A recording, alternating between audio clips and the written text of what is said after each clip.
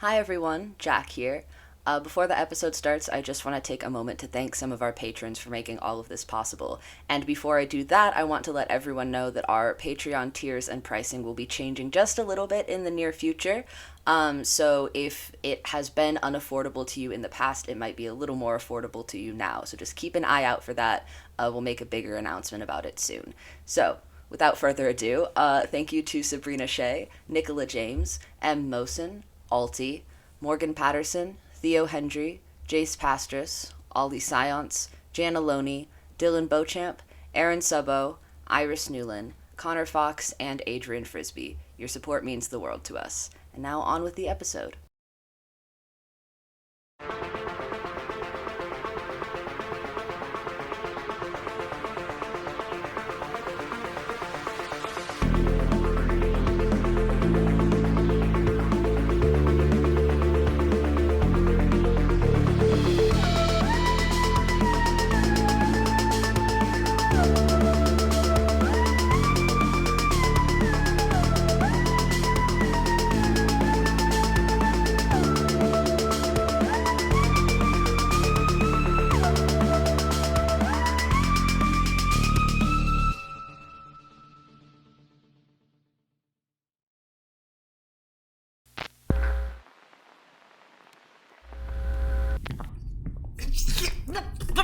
Hey! What the hell? No, get off of me! Stop! You know, out of all of the prisoners here, I've never dealt with anyone as self-righteous as you are. Yeah? Well, you've never met anyone like me, so that tracks. Oh, I've met plenty of people like you. Uh-huh. And where are they now? Dead. Here she is. Let us know when to retrieve her. And if you wait until my shift is over, there's a $5 in it for you. Goodness, that seemed like an unpleasant trip. Are you all right, Julie? It's Jules. And I'm fine. Right, of course. My apologies. Okay, please sit here and we can get you assessed right away. What, me? Dr. Huxley already gave me a medical assessment. Yes, and I'm sure you all trust him to give me a completely biased report. However, I would like to double-check the state of your health, given that I will be in charge of the experiment from here on out. Are you even a doctor, like in the medical sense? It doesn't take a degree to check someone's blood pressure. Now please, do sit. Actually, I'm not even sure I should really be part of the experiment anymore. Oh, and why is that? I've been having, this really intense stomach pain. It keeps me up all night. We can give you medicine for that. My body doesn't do well with standard painkillers, actually. It gives me a migraine. Morphine should do the trick. You know what? I think the real problem is that I'm anemic. Yeah, I get vertigo like crazy. This is about Dr. Huxley, isn't it? I don't know what you're talking about. As soon as I boarded Mnemosyne, I was told that he and you barricaded yourselves up in his lab, monitoring the combined state of our friend Vic and the late Warren Kane. I thought it was an unusual predicament to find. You two aren't involved, are you? That's disgusting. Of the things you've said, that's the worst. Oh, good. I'd hate to have to report this to his higher-ups.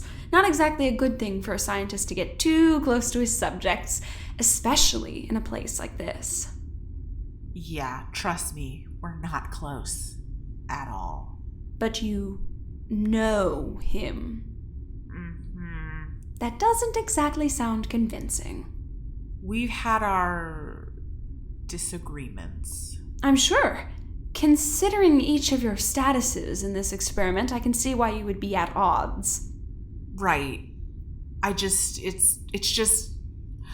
mean, I heard that you're being put in charge, but I guess I don't understand why Dr. Huxley isn't capable of leading his own experiment. He's been doing fine all this time. Well, it's nothing for you to be concerned about. He's just a bit unwell.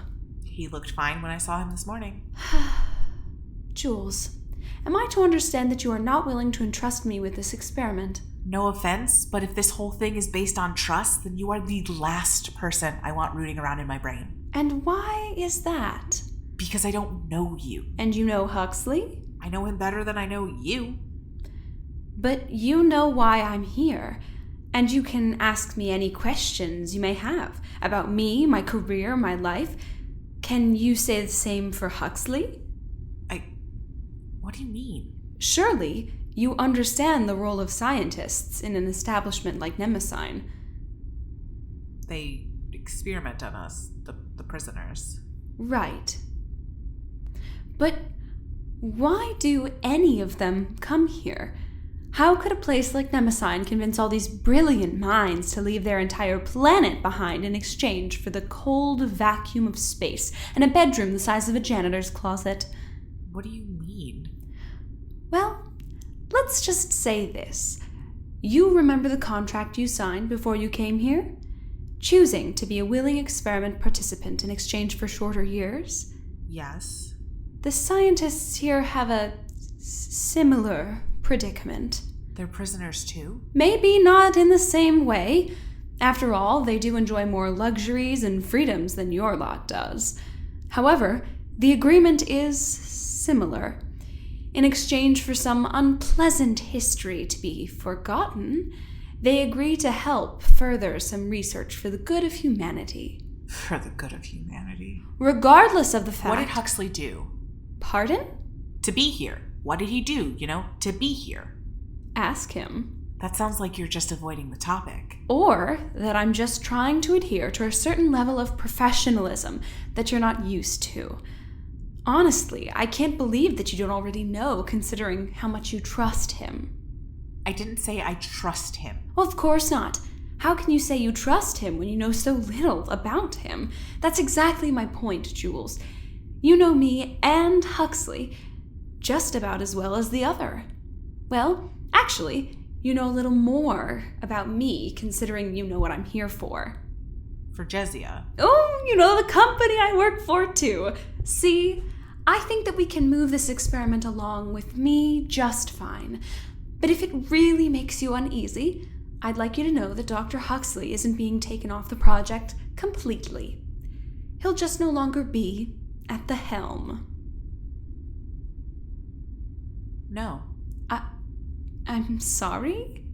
I don't trust you. And not because I don't know you, but because of this whole conversation we just had. You throw Huxley under the bus without hesitation and try to buddy up with me by telling me he's also technically a prisoner. And yeah, he should have told me why he was here before, but that doesn't mean that you get to act like you're morally superior for telling me who your boss is. I see. Unfortunately, Jules, I don't think you have much of a choice. I know. But unfortunately for you, I actually know how this whole experiment goes. You might have all the information, the data, the reports, but I know what it feels like when I get catapulted into my own head. I know how to navigate it, how to move around and collect all those little data points for you. But that means I know how to avoid those things too. I can do absolutely nothing. And there's nothing you can do to stop me.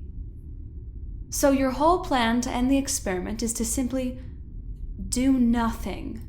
Sounds like a pretty good plan to me. I see. Dr. Cavendish, hello! I hope I'm not disrupting your project. Do you remember that conversation we had over lunch yesterday about the exchange of certain resources? Oh, wonderful. Well, I have something for you, if you are still willing. Of course. Oh, of course. Yes, you'll have her momentarily. Toodaloo! Guard, Edmund, isn't it? Please take Jules over to Dr. Cavendish's lab. It seems she may have a greater use for her than I do. Hey! What the hell? No! Stop! When are the people around here going to learn how to work with me?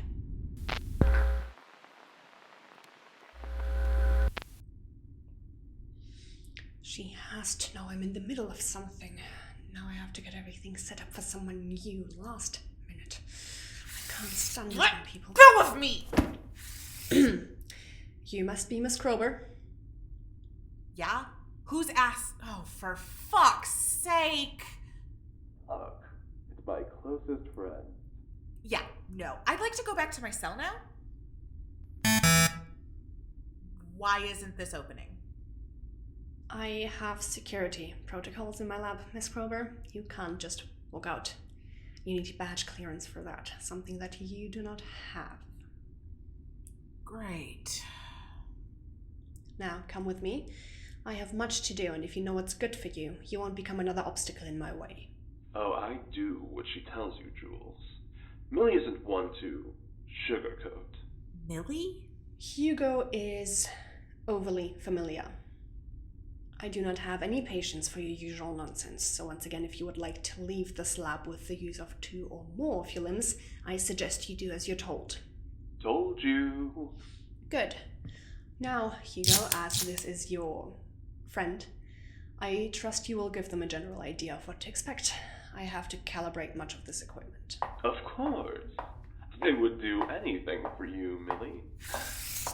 Don't mind her, Jules. She's really a big old softy inside. I can hear that, and I assure you I am not.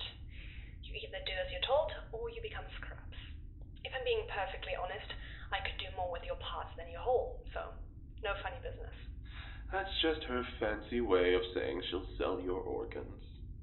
Yeah, no, I got that. What the hell, Hugo? This is what you're into? I mean, sure. Millie can be a bit abrasive, but I do adore an assertive woman. And there's just something about that lab coat. Oh, this is the worst day of my life. Oh, don't say that. I'd like to introduce my best friend to the absolute love of my life. I'm not listening to this any longer. Really? Because it sounds like you've been listening to this the whole time. Don't mind Millie, she's just shy. Yeah? And I'm getting sick of listening to you gush over her. Tisk, Jules. Don't tell me you have no romantic bones in your body. Romance is one thing. This is misery. What are you sticking on me? Hugo, what is she sticking on me? Those would be nodes. They send electric shocks and record whatever movement occurs in response. Sort of a way to test your muscles if they're still, reactive. Oh, okay then. They don't hurt, do they? It depends on the voltage, I assume. It definitely hurt me. What?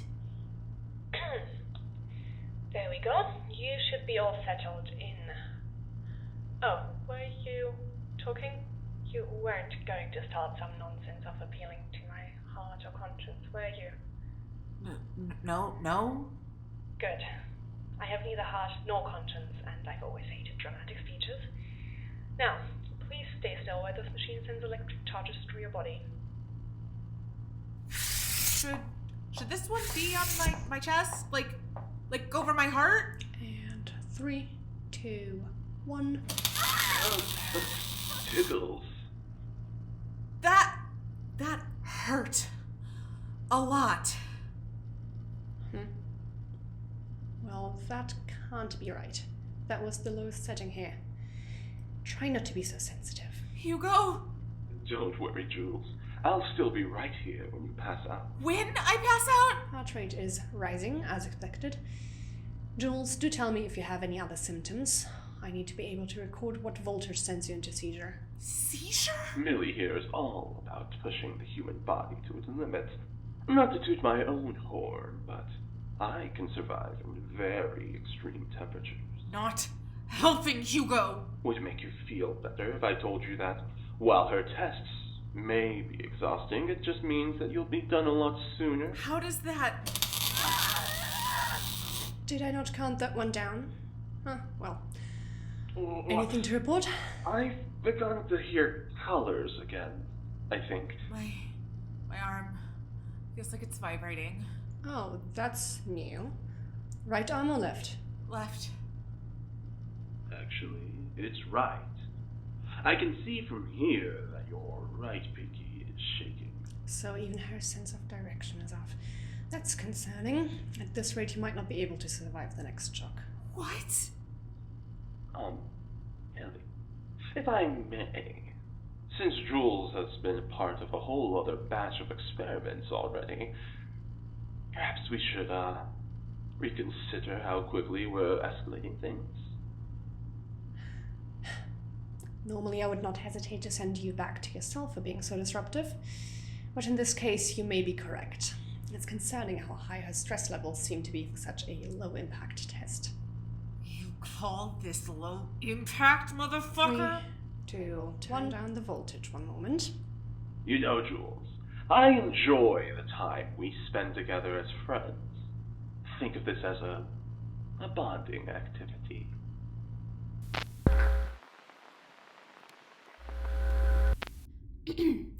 Roger?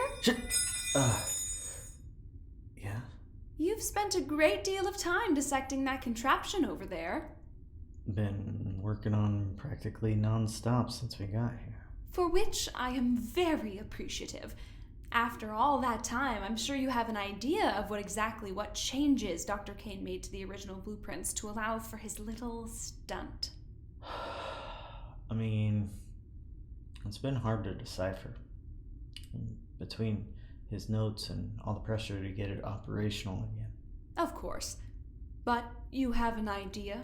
It was some kind of feedback loop that usually circulated between both subjects. But with the right trigger, it would isolate one brain, keep it suspended in the... what did Huxley call it? Dissociative state. And he trapped Vic that way. Yeah, but from what I could gather, that switch didn't get all the way switched over. Vic kept a foot in the door, so to speak. I don't know how they did it, if it was the tech or his brain that did it, but it put a lot of stress on Warren's nervous system. Picture getting sucked into a black hole, the hole being that feedback loop. Fascinating. Some people would say tragic, but to each her own. Do you think that kind of gravity could be created intentionally? Could we build that foot in the door, make it part of the mechanism? Sure, if we wanted to kill people. Which, We don't. Not at this juncture. That's the tricky thing with weapons development, Mr. Morris. I have to make sure these killing machines can kill without actually killing anybody. It's a delicate balance, the brink of death. But I have steady hands. I could have been a surgeon or a miniaturist. I can't imagine you building a dollhouse. You couldn't. I could. Oh well. Don't let me keep you from your work. I could never, Dr. Calvin. A delicate balance. I could have been a tightrope walker, too.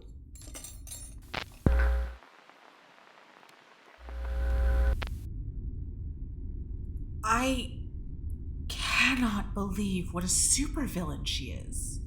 Supervillain? No, dear. A supervillain implies there's some level of spectacle in one's suffering. Mildred is a villain with enthusiasm for her work. She doesn't really care about its messiness. Hugo, she stuck you in that climate chamber for 15 minutes while simulating the weather on Mars.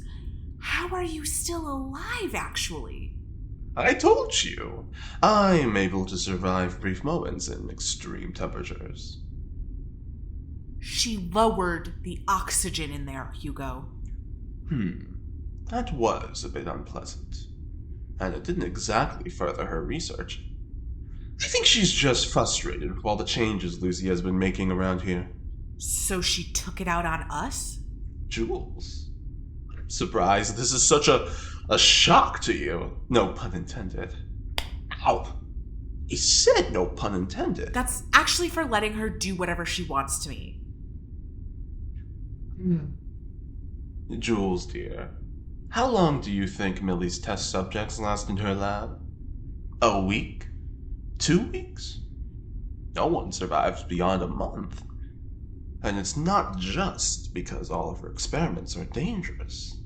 It's because if you upset her, she only gets worse. Like a toddler having a tantrum. A toddler. I've never seen someone so scarily calm in my entire life. You've only spent a day with her. I've been with her for months. You say that like it's a point of pride. I'm alive, aren't I? Survival is a fine art as well, Jules. Let's change the subject.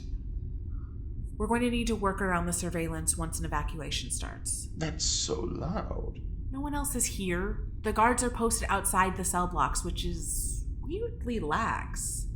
Well, it's not like they're expecting us to be plotting anything in here.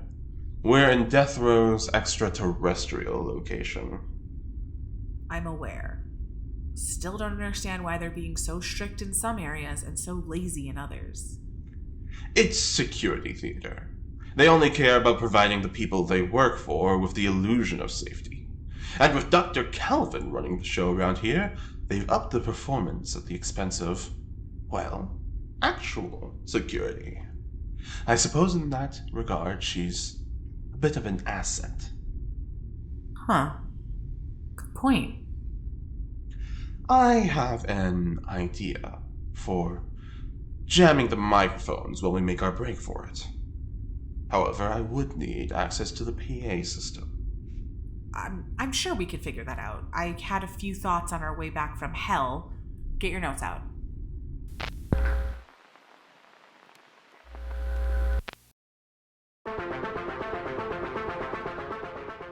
Today's episode was written by Rhys Tirado. It featured Serina Johnston as Jules Kroeber, Finn Carter as Roger Morris, Noelle Salisbury as Lucy Calvin, E.G. Tariku as Hugo Highsmith, Artemis Gontscharov as Mildred Cavendish, and Stoker Leopold as Edmund. Our editor is Stoker Leopold, and our music is by Sloan Van Dyke. If you like what we do here and want to follow us on social media or support us on Patreon, all of that information will be linked in the description below. Thank you for listening.